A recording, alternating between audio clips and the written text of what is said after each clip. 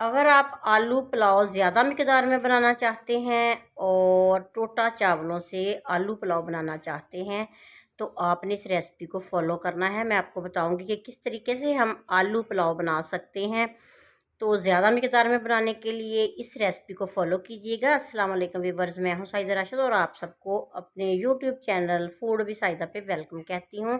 तो चलिए रेसिपी शुरू करते हैं। सबसे पहले हमने प्याज काट के रख लिए। अब सब्ज़ मिर्चें और टमाटर को हमने चॉप करना है, ब्लेंड कर लेंगे। तो एक पाव सब्ज़ मिर्च और आधा किलो टमाटर को हमने ब्लेंड कर लेना है बगैर पानी डाले, क्योंकि टमाटर फ्रीज़ किए हुए थे, इनके अंदर बर्फ़ जमी हुई है। थोड़ा सा इनको पानी में डाल के सॉफ्ट किया, फिर इनको ब्लेंड कर लेंगे और अलग बर्तन में निकाल के ना रख लेंगे।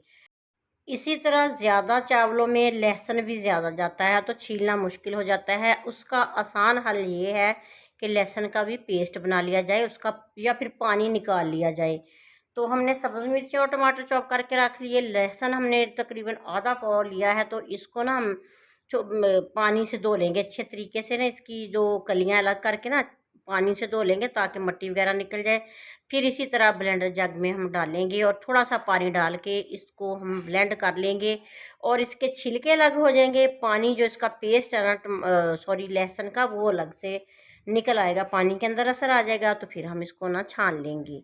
तो ये बहुत ही आसान हल है कि अगर आपने किसी खाने में ज़्यादा लहसुन डालना हो तो आप इस तरीके से उसका पानी निकाल लीजिए।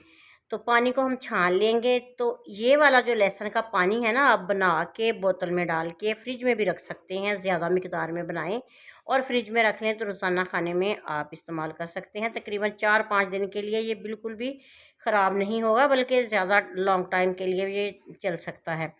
तो मैंने इस तरीके से इसका छिलका अलग कर लिया, पानी अलग कर लिया।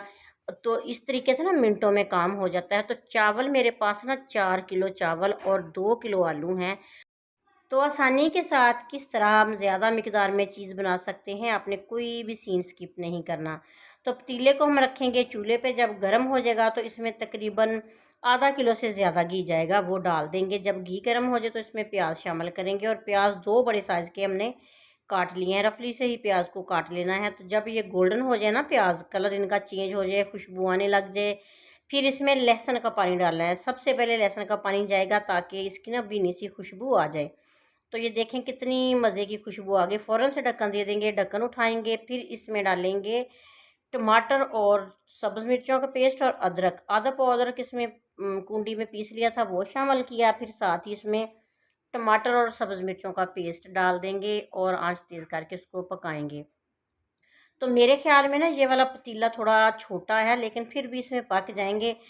आगे से अपने याद रखना है कि बर्नर हमारा बड़ा होना चाहिए या चूल्हा बड़ा होना चाहिए और बर्तन खुला होना चाहिए। तो फिर उसमें ना ज़्यादा मिकदार में जो चीज़ बनाए वो फैल के बनती है, खुल के बनती है।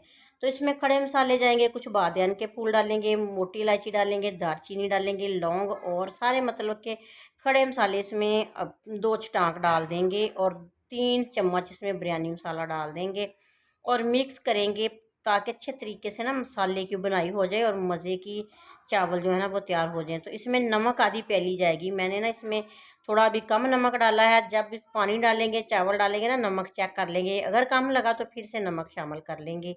तो इस तरीके से हमने नमक भी डाल लिया, सारी चीज़ें हमने पका ली अच्छे तरीके से। अब इसमें आलू जाएंगे।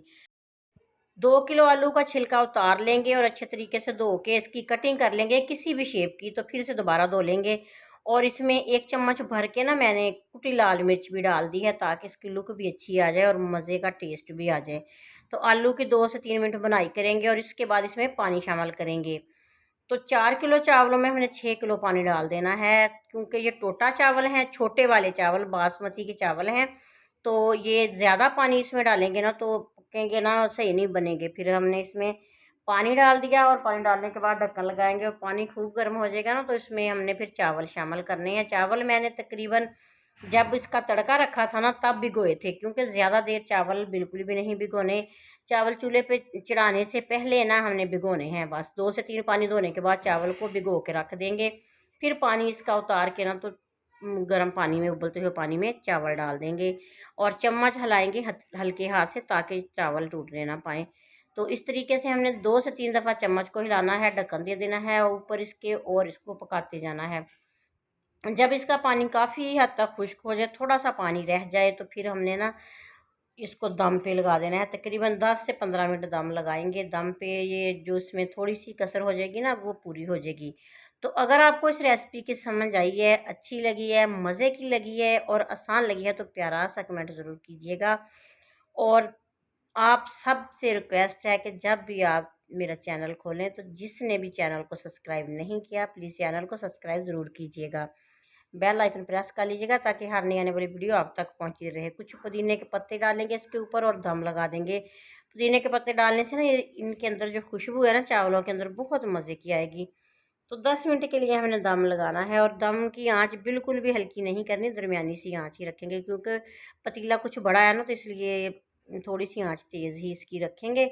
और 10 मिनट के बाद ये देखें, लगता नहीं है कि हमने छोटे वाले चावल बनाए, यानी कि टोटा चावल बनाया है। ये इतने खिले खिले से बने हैं। अगर आपको मेरी ये रेसिपी अच्छी लगी है, तो अपने फैमिली मेम्बर्स और फ्रेंड्स तक इस रेसिपी को शेयर ज़रूर कीजिएगा। नेक दुआ नेक तमन्नाओं के साथ मेरी दिली दुआ है कि अल्लाह ताला आप सबको अपनी ज़ुबान में रखे और अल्लाह ताला आपके हमारे रिज़्क़ में इजाफ़ा करे, आमीन।